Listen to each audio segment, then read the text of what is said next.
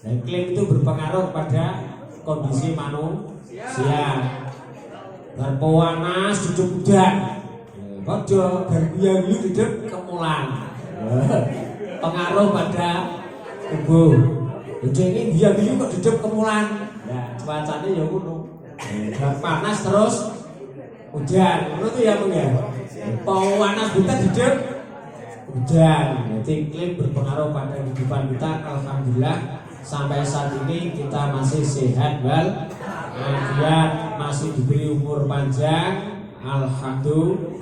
Alhamdulillah ini kunci sabar, kunci orang bisa awet muda ini karena sering alhamdulillah. Uang sedikit ya alhamdulillah, uang banyak juga alhamdulillah. Alhamdulillah teman-teman biasanya. Nah, ini kita patut bersyukur kepada Allah, apalagi sampai saat ini kita masih dalam jalur pergerakan yang notabene ditopoi oleh Nahdlatul Ulama, yaitu PMII. Ini pergerakan yang ada di kemahasiswaan, yang ada di kalangan mahasiswa, para intelektual muda Nahdlatul Ulama. Ini alhamdulillah karena jalur yang dinaungi Nahdlatul Ulama itulah kita akan bersama beliau-beliau di Nahdlatul Ulama masuk surganya Allah. Amin. Salawat salam kita haturkan pada Rasulullah Muhammad SAW. Dengan perjuangan beliau, dengan pengorbanan beliau, akhirnya kita semua sampai saat ini masih mengikuti sunnah-sunnah beliau, menghidupkan keilmuan, masih thalabul ilmi disertai. Ini bagian dari sunnah Rasul. Thalabul ilmi minal mahdi lalahdi, utrubul ilma walau bising. Carilah ilmu sampai negeri Jenya, laki negeri Talon kurang aduh. Harus lebih semangat. Nah, ini bagian dari amal kita mengikuti sunnah Rasul. Dengan mengikuti sunnah Rasul, harapan besar kita besok ini bersama Rasul masuk surga. Amin. Nah, karena yang mampu menggandeng kita, menyelamatkan kita itu hanya Rasulullah. Pak Presiden, Pak Lurah, Pak RT RW ra kanggo ngono. Sing kanggo Kanjeng Nabi, hak itu syafaat hanya diberikan kepada Rasulullah. Kalau kita tercatat mengikuti sunnah beliau, banyak bersolawat pada beliau, banyak misohnya, banyak solawatnya. Nah ini besok akan digandeng Rasulullah bersama Rasul masuk surganya Allah. Semoga kita besok semua begitu. Amin. Yang ketiga kalinya di sini saya disuruh memberikan wawasan keilmuan. Tausiah kaya pengajian. Wawasan keilmuan tentang implementasi Aswaja dan Pancasila. Soal ini gagasannya PMII, maka yang diangkat itu antara Pancasila dan Aswaja. Ternyata Pancasila dan Aswaja ini adalah hal yang tidak bisa dipisahkan. Ini gak bisa dipisahkan. Mergo Pancasila ini organisasi terbesar di Indonesia yang pertama kali mengakui Pancasila itu NU. Tahun 1958. Liyane rawani berpikir panjang, NU berpikir jernih. Panjang ora jernih kan ora tepat. Berpikir jernih, maka tahun 1958 sepakat menerima Pancasila sebagai pedoman negara Indonesia. Ini sejarah yang pertama. Sejarah yang kedua, wujud dari proklamasi kemerdekaan Indonesia ini yang nokoi semuanya adalah dari kalangan Nahdlatul Ulama. Jadi siapa yang mengangkat Aswaja karo Pancasila itu nemen gatoke. Jadi bahas NU itu padha karo bahas Indonesia. Bahas Indonesia padha karo bahas Pancasila. Bahas Pancasila padha karo bahas demokrasi. Nek bahas demokrasi berarti di situ ada kemajemukan. Dan yang bisa mengeterapkan ibadah dengan kemajemukan itu hanya aswaja. Yang lain ora iso. Angger beda mesti bid'ah. Angger beda mesti bid'ah. Kalau orang aswaja tidak. Kita contohkan. Sana itu setelah wudhu kok dia menyentuh orang, sini kok tidak batal. Kita lihat dia mengikuti mazhabnya siapa. Kalau masih dalam ruang lingkup mazhab 4 beda, tetap ahli sunnah. Enak ya? Beda orang diarani salah. Nah itu beda diarani salah, hancur kita nanti. Maka aswaja, mengangkat aswaja dan Pancasila di negara Indonesia ini hubungannya sangat soalnya wujudnya Indonesia sing napa ya wong NU nek jengker Indonesia berarti padha karo bahas Pancasila. Negara dengan agama itu satu kesatuan. Kalau negara tidak aman, maka kita beragama pun juga tidak aman. Dan satu-satunya wilayah negara dunia yang notabene muslim tapi banyak muslim bukan dibuat negara Islam itu hanya Indo. Dan satu-satunya terbanyak muslimnya paling aman. Paling aman. Karena apa? Mengenal demokrasi, mengakui kemajemukan, menghargai perbedaan. Yang sana mau ngangkat tangan, yang sini tidak ngangkat tangan, sakarku bebas, seperti hidup berdampingan. Sehingga kalau kita lihat sejarah ini, kita bahas sejarah dulu ya. Kita bahas sejarah dulu. Kalau kita lihat sejarah, ketika Indonesia sudah merdeka, mau dibantai oleh tentara sekutu, sehingga berwujud resolusi ini yang paling ganas itu. Permasalahannya bukan satu negara, seluruh negara berkumpul jadi satu jenenge tentara sekutu mau merampas kemerdekaan Indonesia. Yang bentengi siapa itu? Resolusi jihadnya Mbah Hasyim. Nah Mbah Hasyim kuwi sapa? Pendirinya NU. Oh berarti nek bahas Indonesia mesti bahas NU. Soalnya NU sing bentengi Indonesia.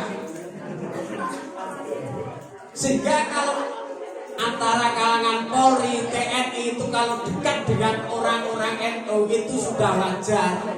Karena sejarah masa lalu selalu berdampingan. Nek Polri, TNI kuwi duwe lintang 5, nek awake lintange padha to ya. Kono ngopeni donya, nek kene ngopeni donya, akhirat mulane lintange akeh. Ya, Polri TNI kan hanya ngopeni donya, dari kita lintang sama ngopeni donya akhirat mulane duduk berdampingan juga bagus padha dibitange sih. Nek dibintang duduk berdampingan hongone panas. Ora dibintang. Ya bintang yo jejer karo bintang. Makanya TNI Polri nek duduk dengan orang-orang Nahdlatul Ulama mesti hawane yo seneng mergo apa? Sejarah masa lalu itu sudah begitu.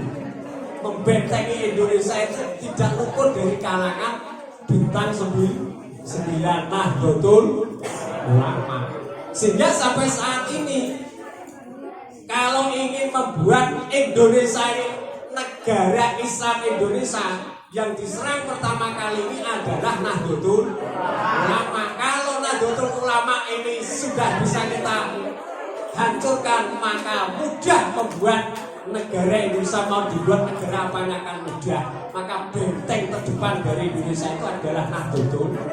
Dan Nahdlatul Ulama akidahnya, ajarannya Ahlus Sunnah wal Jamaah. Pancasila juga menghargai perbedaan. aswaja juga menghargai perbedaan. Jadi ada satu titik temu implementasi dalam hal mengakui kemajemukan antara aswaja dan Pancasila. Ini ada titik temu kesamaan. Punjenya atau titik poinnya pada apa? Wa ma arsalnaka illa rahmatan lil alamin. Nabi diutus ini memberi rahmat seluruh alam, sehingga di Madinah ketika terjadi di situ kemajemukan beragama, ada Nasrani, Majusi, ada Yahudi, ada Islam, kumpul jadi satu mempertahankan negara Madinah, sehingga wujud namanya piagam Madinah. Itu sesuai karena Rasul ini diutus untuk memberi rahmat pada seluruh alam. Jelas banyak perbedaan, karena banyak perbedaan maka aswaja muncul untuk memberikan wawasan terhadap perbedaan agar menerima bahwa sesuatu yang beda itu belum tentu salah. Sesuatu yang beda itu juga harus dihormati karena kita itu sama-sama hidup di dalam alam, di dalam dunia, maka kita harus mengenal rahmatan lil alamin. Ini satu titik temu antara aswaja dan Pancasila. Selain dari aswaja dan Pancasila tidak bisa menerima perbedaan. Saya contohkan ini satu. Mengucapkan terima kasih kalau selain dari ajaran aswaja itu dikatakan bid'ah. Ini saya kasih contoh. Mengatakan terima kasih yang tidak mengenal aswaja, tidak mengenal ulama-ulama Ahlussunnah wal, tidak mengenal ajaran Ahlussunnah wal, terima kasih ini dihukumi karena apa? Tidak sesuai dengan ajaran Rasul menurut mereka. Karena Rasul tidak pernah mengatakan, beliau mesti mengatakan apa? Syukron kathiron. Orang syukron jazilan, jazilan kan JTP itu ya. Syukron kathiron. Rasul kan tidak pernah mengatakan matur nuwun, tidak mengatakan thank you, tidak pernah itu Rasul. Rasul mengatakan syukron kathiron. Maka penafsiran mereka mengatakan terima kasih ini adalah sesuatu yang bukan ajaran Rasul, maka dilarang menurut mereka. Tapi kalangan Ahlussunnah wal Jamaah tidak seperti itu. Apa pedomannya? Dikarenakan tidak ada doktrin yang jelas dari Rasul larangan mengatakan selain syukron kasiron. Hanya saja karena Rasul bahasanya Arab, kalau beliau dikasih sesuatu mesti mengatakan syukron kasiron. Tapi tidak ada doktrin yang jelas dari hadis Rasul melarang mengatakan selain syukron kasiron. Saya katakan Rasul di dalam berdoa pakai bahasa apa? Pakai bahasa apa? Bagaimana kalau kita orang Jawa berdoa pakai bahasa selain Arab? Boleh-boleh saja karena Rasul tidak pernah melarang. Janganlah kamu berdoa memakai bahasa Inggris, memakai bahasa Jawa. Tidak ada doktrin hadis yang jelas. Walaupun Rasul dalam berdoa pakai bahasa Arab, memang Rasul itu bahasanya bahasa Arab. Tapi Rasul tidak pernah melarang. Nah, ini disimpulkan oleh ulama Ahlussunnah wal.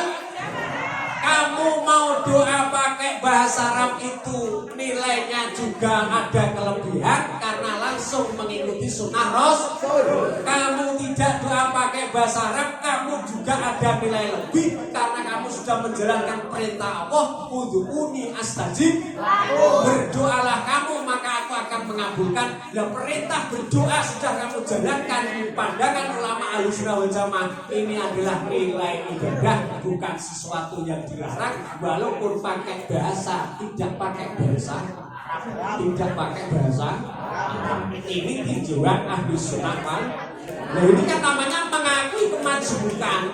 Bertemu dengan orang Inggris dikasih roti sengyu, bertemu orang Jawa dikasih roti matur nuwun sak kata-kataipun, bertemu orang Arab dikasih mengatakan semron kasiron. Oke, sakarepmu, yang penting kamu mau berterima kasih. Wujud titik temunya di situ. Tidak kita membahas panjang lebar. Ini ulama Ahlussunnah wal Jamaah. Ya kalau kita memahami hal seperti ini, maka Pancasila mengakui ini orang nyembah sono, ini nyembah sini. Yang penting dia mau itu kan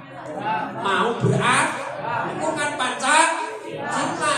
Nah kalau kita mengakui perbedaannya, sana punya pemahaman begini, sini begini, monggo sakarku. Yang penting jangan saling menyalahkan. Titik temunya wa ma arsalnaka illa rahmatan lil alamin. Bahwa Rasul diutus itu rahmatan lil alamin. Nah, implementasi dari Pancasila dan Ahlussunnah wal ini disatukan dalam sebuah nama di era sekarang, dinamakan Islam Nusantara. Islam apa? Islam Nusantara. Nah, inilah titik temu antara Pancasila dan Ahlussunnah wal Jamaah. Karena ada titik temu, satu mengakui beragama, yang kedua mengakui kemajemukan. Maka ini dikupas, dijadikan satu sebuah istilah Islam Nusantara. Sehingga Islam Nusantara ini diakui oleh dunia. Bahkan sekarang negara-negara Muslim ini mulai mengkaji tentang Islam Nusantara. Karena apa?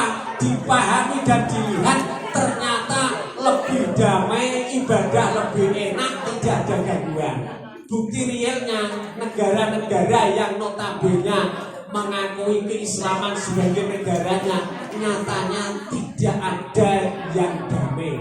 Mereka semua rata-rata perang saudara. Banyak yang terjadi peperangan, mulai dari Palestina, Hamas perang dengan Fatah, ya toh? Hamas perang dengan Fatah, itu sesama Muslim itu. Negaranya negara Muslim. Syria perang, Yaman perang, semuanya perang.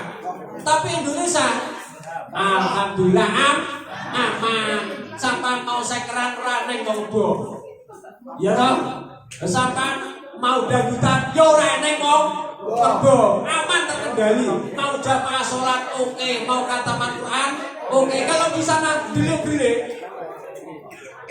takut terkena apa? Terkena bom. Kalau di Indonesia enak kita nyantai, hidup damai, bukan negara Muslim, tapi apa yang ada di dalam Pancasila itu mengaudit atau mengupdate dari aturan-aturan yang ada di dalam Ahlussunnah wal Jamaah. Jadi titik temunya itu satu, karena mengakui kemajemukan, sehingga menghargai perbedaan. Nah kalau sampai menghargai perbedaan ini cocok. Makanya saya orang tidak menghargai perbedaan itu tidak cocok. Orang kalau beda ini kan nanti bisa semangat. Kalau udah beda udah semangat. Laki-laki untuk laki-laki udah semangat. Tapi laki-laki untuk perempuan kan semangat itu. Semangat tuh ya. Semangat akbar biang-biang. Beda karena beda. Ada siang ada malam. Hidup semangat itu perbedaan kok. Malam terus sedih kok. So apa nih lambi? Jadi ya. Siang terus sedih. So apa aku nek istirahat kok rata-rata agar padang tanggal turu. Yo to ra. Lah nek iso turu piye? Matane yo bekutu. Ini namanya perbedaan. Lah untuk membuat hidup manusia itu bagus, apa memberikan satu ibarat yulijul laila bin nahari wa yulijul nahara fil laili dalam Quran. Allah memasukkan siang pada waktu malam dan memasukkan malam pada waktu siang. Siang pada waktu malam contohnya bulan purnama. Betul. Yo. Lah itu waktu malam dong. Lho malam itu Gusti Allah gawe padang koyo-koyo apa? Ben hidup itu variasi. Ben hidup itu lebih ceria, lebih semangat.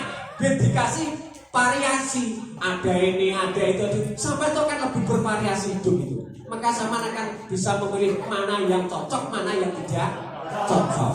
Oh, itu enak. Makanya kalau kita hidup di kalangan Ahlussunnah wal Jamaah, kalau ada beda, itu biasa saja, orang tahu dulu. Anak demo, orang gumun blas kayak biar lagu lawas demo. Oh, malaikat swarga wis demo kok potrete dhewe biyen.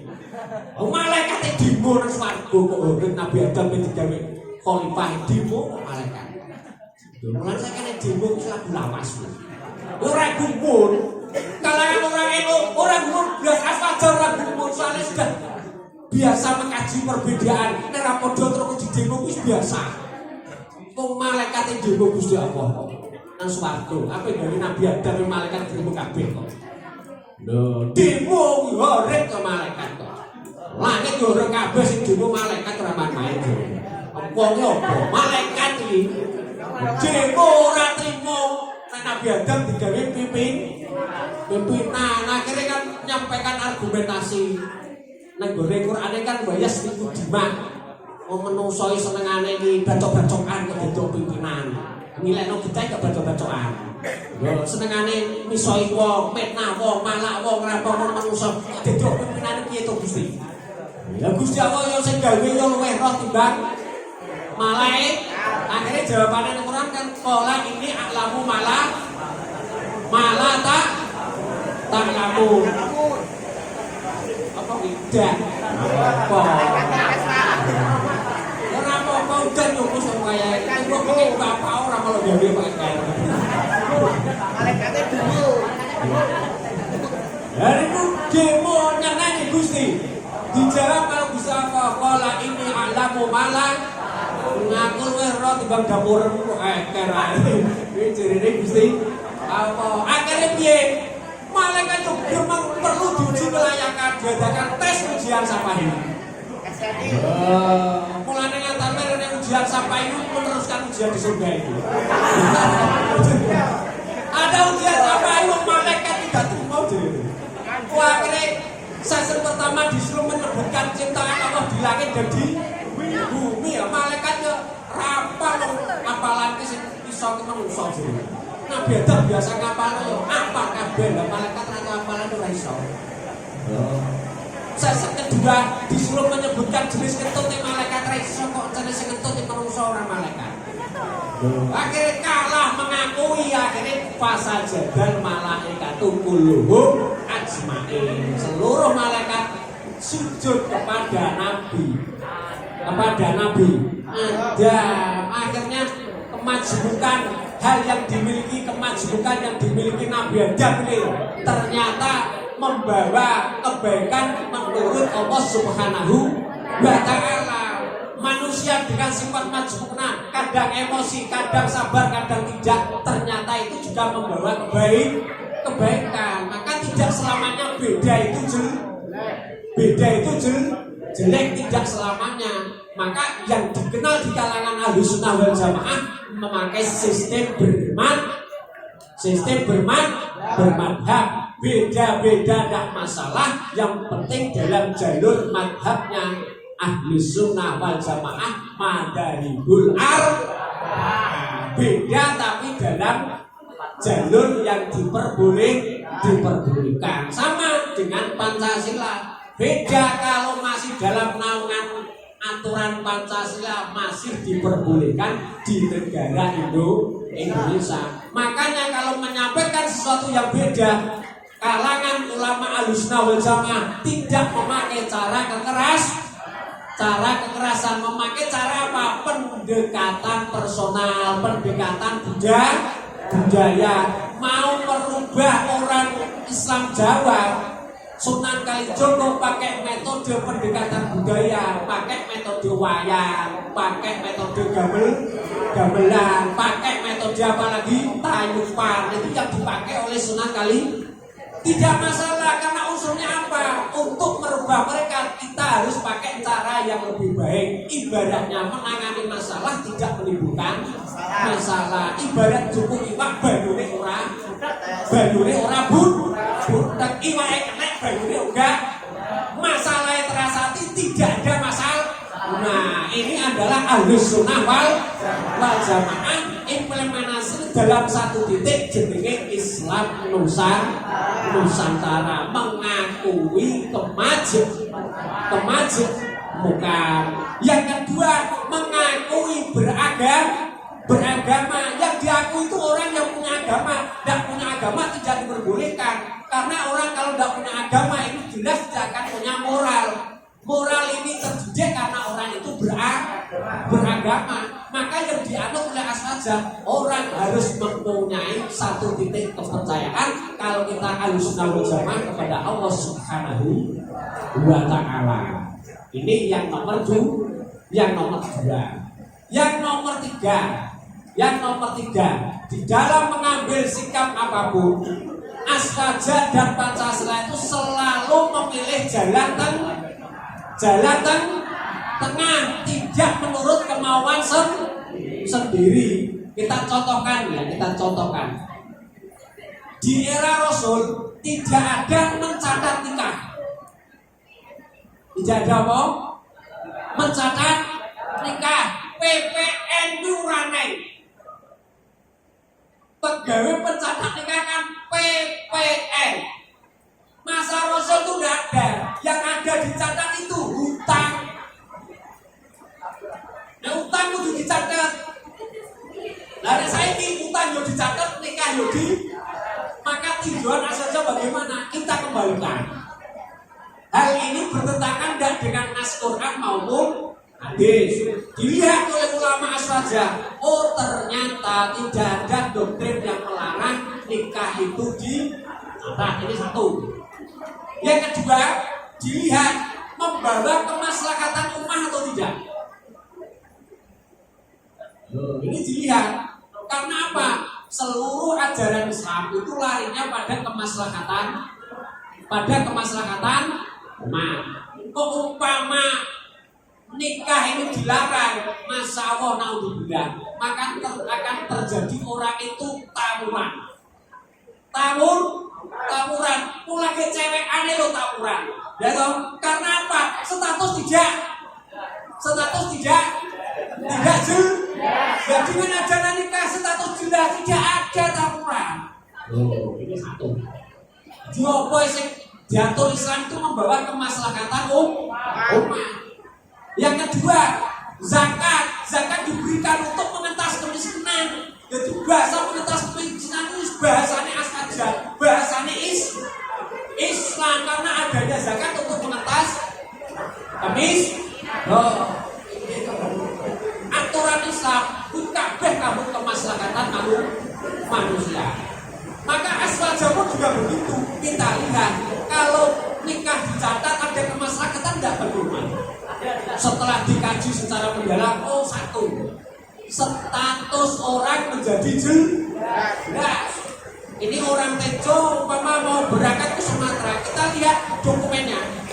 Oh belum nikah, status jelas karena belum tercatat di pegawai pencatat nikah bahwa orang ini telah nikah. Oh berarti dengan adanya pencatatan nikah, status orang menjadi. Ini kalau udah dicatat, ini yang enak hanya kaum laki-laki, ini kaum hawa ini akan mengeluh batuin. Kalau nikah tidak dicatat, karena yang ada orang nikah status tanda secara jelas itu orang perempuan. Akhirnya gendong anak kan berarti nikah. Kalau anak orang jelas, gendong anak berarti nikah. Soalnya senandung itu mau wedok orang wong. Jelas ya. Oh. Ternyata dengan dicatat status orang menjadi jelas. Ini kemaslahatan yang pertama. Yang kedua, status kewalian anak jelas. Nek nikah dicatat, lu anake sapa ki jelas. Turunane sapa ki jelas. Dakel jati kok damen ki jelas.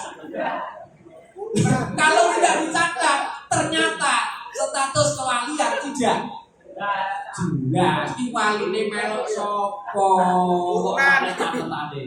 Iku nang urut kabeh nek. Omah. Nah, apa-apa. Ini dengan dicatat ternyata status kewalian menjadi jelas.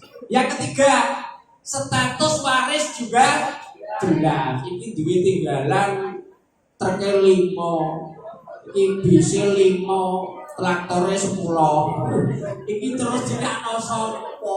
Lah nek ora ning pencatatan nikah, maka waris ini tidak menjadi jelas mau diberikan dibagikan kepada siapa. Ternyata dengan dicatat banyak kemaslahatan, maka diambillah oleh ulama Ahlussunnah wal Jamaah bahwa mencatat nikah karena banyak kemaslahatan dihukumi harus karena membawa kemaslahatan, walaupun doktrin secara jelas dari nas Quran maupun hadis tidak ada, namun tidak melanggar dari keaslian aturan Quran maupun hadis. Rujukannya adalah apapun yang membawa kemaslahatan maka boleh untuk diteruskan. Man sana sunnatan hasanatan falahu ajruha wa ajru man amila biha. Siapa yang menanamkan kebaikan dan dia diikuti orang, maka dia dapat pahala, dan orang yang mengikuti dia pun memberi pahala pada dia. Ini contohnya ngono. Iki yang dianut oleh ulama Ahlussunnah wal Jamaah. Ajaran Ahlussunnah wal Jamaah selalu mengikuti titik tengah. Nek ajaran asaja jenenge tasamuh nomor 2, tawazun nomor 3, tawasul nomor 4, apa? Adul nomor 5, amar ma'ruf nahi munkar. Ini ajaran-ajaran Ahlussunnah wal Jamaah sangat sesuai dengan ajaran yang ada di Pancasila, sehingga keadilan sosial bagi seluruh rakyat Indonesia. Jadi as-saja itu semuanya adil sesuai versinya masing-masing. Tak kasih contoh di era Gus Dur dulu. Gus Dur itu masuk gereja itu banyak yang mengomentari. Menopo wong Islam kok mlebu gereja? Kalau bahasa ibu to kok. Wong Islam kok masuk? Wong Islam kok masuk, Mas? Kok enak Islam kok masuk? Wah, geruang komentar itu top dok komentar. Jawaban Gus Dur hanya satu. Saya carikan dalil dari Quran hadis yang melarang masuk tempat ibadahnya orang kafir. Tok rame sing ora. Lah nek rane larangan kok awakmu larang mek opo? Berantem. Simpel jawabannya. Ternyata yang dilarang di dalam Quran mengikuti agamanya. Oh, yang dilarang kan itu dong. Walana a'maluna walakum lakum dinukum waliyadi. Agama yo awakmu, agamaku yo agamaku. Seperti kan kuwi ora enek larangan memasuki tempat ibadah kanggo wong Islam ora enek. Gus Dur ternyata di situ untuk apa? Menyampaikan tentang ajaran Islam. Pondasi Islam disampaikan di dalam gereja. Loh, akhirnya ngomong mengaku Gus Dur itu luar biasa. Jadi orang sembarangan kan? Jadi itu kebiar kawan orang sembarangan di Gus Dur. Piye melangkah dan melangkah itu semua tertata sesuai syariat Islam. Larangan itu tidak boleh kan mengikuti agama. Lah kalau masuk tempat peribadatan yo sapa sing larang yo ora enek kok. Nek baset juga gereja yo ora apa-apa. Sementing ora sampe melu salate wong sing nang loya. Lah iya to ora? Yo, ngono to titik temunya. Ini namanya kita mengambil sesuatu berarti wa ma arsalnaka illa rahmatan lil alamin. Ini enak saja. Makanya kalau kita mengikuti aswaja, mengikuti Pancasila, dua titik temu digabungkan, yo nemen hidup enake. Kowe pengen yo sakarepmu, kowe pengen sakarepmu elek mbok tanggung dhewe enak mbok rasano. Enak tuh ya? Kowe enak kok buka ora, masa buka kok buka terus sakarepmu. Cocok. Sementing kene wis ngan. Bar tuh ya? Ini titik temune antara aswaja dan Pancasila. Lah nek titik temune kene apa kok PMI sing napa mergo PMI iki wis sing bentuk sing bentuk dhewe sing napa iku IPENU. Lha IPENU kuwi ngono bandone lah nek ngangkat aswaja ku ya wis cocok mergo PMI ku sing gawe wong ngono ora urutane. Iki urutan titik temune ngono. Maka yang diambil antara aswaja dengan Pancasila. Makanya aswaja Pancasila ini diperjuangkan NU ini untuk penghargaan. Akhirnya dicetuskan sebagai Hari Santri Nasional. Ini penghargaan dunia dan penghargaan Indonesia terhadap Ahlus Sunnah wal Jamaah yang ditokoi oleh Nahdlatul Ulama di dalam memperjuangkan negara kesatuan Indonesia. Jadi sampeyan ki melok NU ki padha karo bentengi Indonesia. Untuk ora melok pemuda Pancasila ki ora apa-apa. Soale apa? Enenge NU, enenge Indonesia ki sing bentengi NU ane gede-gede yo NKRI harga mati. Iki mesti sing nyampe wong NU mergo sing bentengi NKRI sampai sekarang nyatane yo wong NU membuat UUD 45 sing nokoi sapa? NU ne Pancasila sing nokoi sapa? NU P3T sekutu sing bentengi sapa? NU Hante karo PKI sing bentengi sapa? NU Banser tampil koran karet kok nyatane PKI. Lah piye kok bintang 5 orang ngatasi kok data siletan sama orang karet. Itu fakta real, fakta sejarah mbok apakno. Lah karena NU itu banyak sejarah, mulane NU kene aturan jenenge membaca manaqib. Manaqib itu apa? Sejarah. Lah nek kanca manaqib mbok akeni bid'ah, buku-buku sejarah ku opo kabeh. Pas loh. Lah manaqib kan itu sejarah orang-orang yang istimewa. Yo padha tuh sejarah pahlawan karena dia punya istimewa di bidang kepahlawanannya mempertahankan kemerdekaan. Jenenge sejarah orang istimewa. Manaqib pahlawan mulane karena orang-orang itu banyak sejarahnya. Mulane maca manaqib iki dianjurno biar kita enggak lupa dengan sejarah. Lah nek maca manaqib bu akon bid'ah, bu karam-karam no buku sejarah iki omonge kabeh. Sejarah apa wae? Karena itu sejarah artinya mana? Nah, betul ya. Lah mulane NU enek buku mana biar orang itu tidak lupa dengan sejarah. Dan nek lupa dengan sejarah, kita itu akan pandai menghargai perjuangan orang lain. Kita itu akan bisa mencontoh perjuangan orang lain, bisa membuat memiliki figur orang-orang yang bagus kalau kita itu punya sejarah. Tapi kalau kita itu tidak mau baca sejarah, tidak tahu titik temu suatu sejarah antara sejarahnya aswaja dengan sejarahnya Pancasila di Indonesia, lah, maka kita itu akan buta dan kita itu akan seenaknya hidup di negara Indonesia. Kalau tahu seperti ini, jadi NU kuwi yo untuk Indonesia.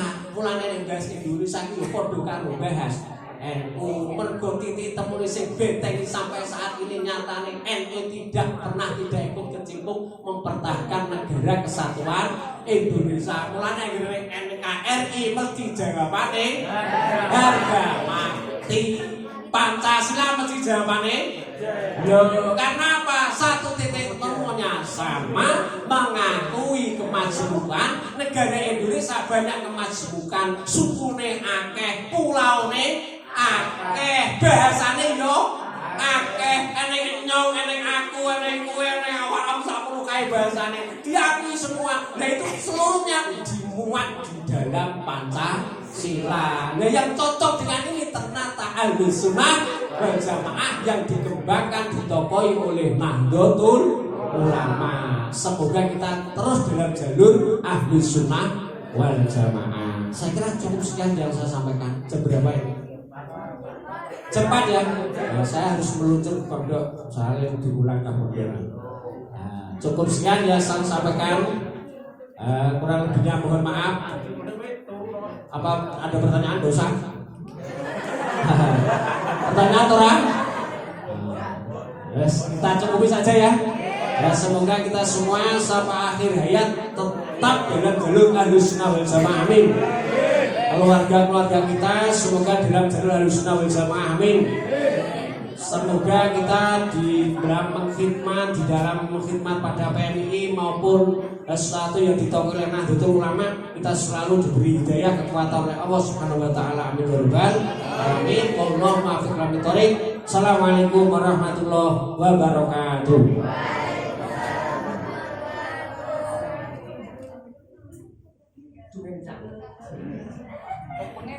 Dorongan cocok tebesan cocok. Nang Lamongan kan bareng mobil langsung diplaktor. Enggak pernah. Jadi mobil sama plaktor itu tebesan langsung. Jadi seperti tebesan. Jadi berceramah langsung dongane tebas pisan tani opo. Ngono to ya. Penahan. Ya sepurane namene sing tak sampe ora tepak ya rasa angen-angen nemen ngono kok pikir. Tepak dulu ora tepak blak ora bayar. Go break, go kabeh wah iki. Al-Fatihah.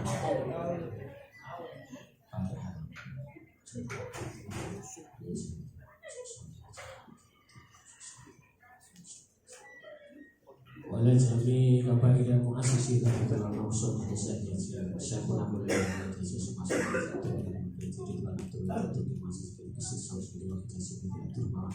ya jadi istri masuk di harus terus masuk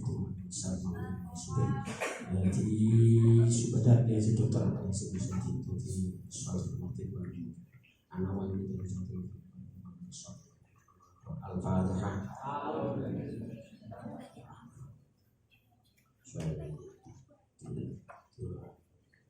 Bismillahirrahmanirrahim.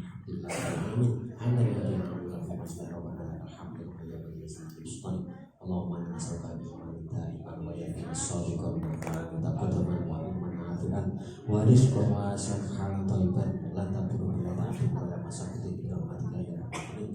Allahumma nas'aluka rahmataka wa nas'aluka rahmataka wa nas'aluka barakataka wa nas'aluka manfaataka wa nas'aluka sihhatan wa afiyatan wa salaman fid dunya wal akhirah bi rahmatika ya arhamar rahimin. Ya rahmanad dunya wal akhirati wa fi ta'atika wa mahabbatika wa ridwanika wa afina khairan thayyibah wa tawaffana bil imani wal islam bi rahmatika ya arhamar rahimin. Allahumma ya muyassir kita beri asal Nabi Muhammad sallallahu alaihi wasallam ya arhamar rahimin.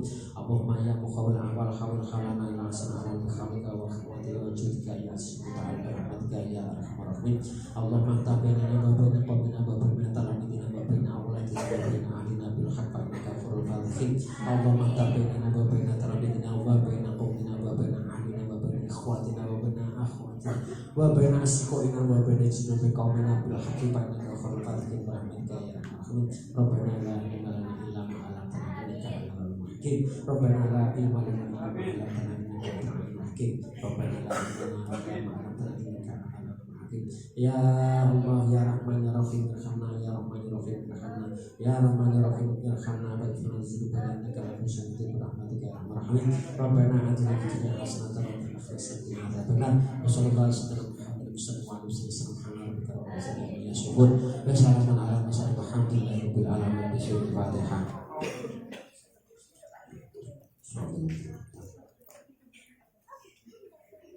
Terima kasih. Assalamualaikum warahmatullahi wabarakatuh.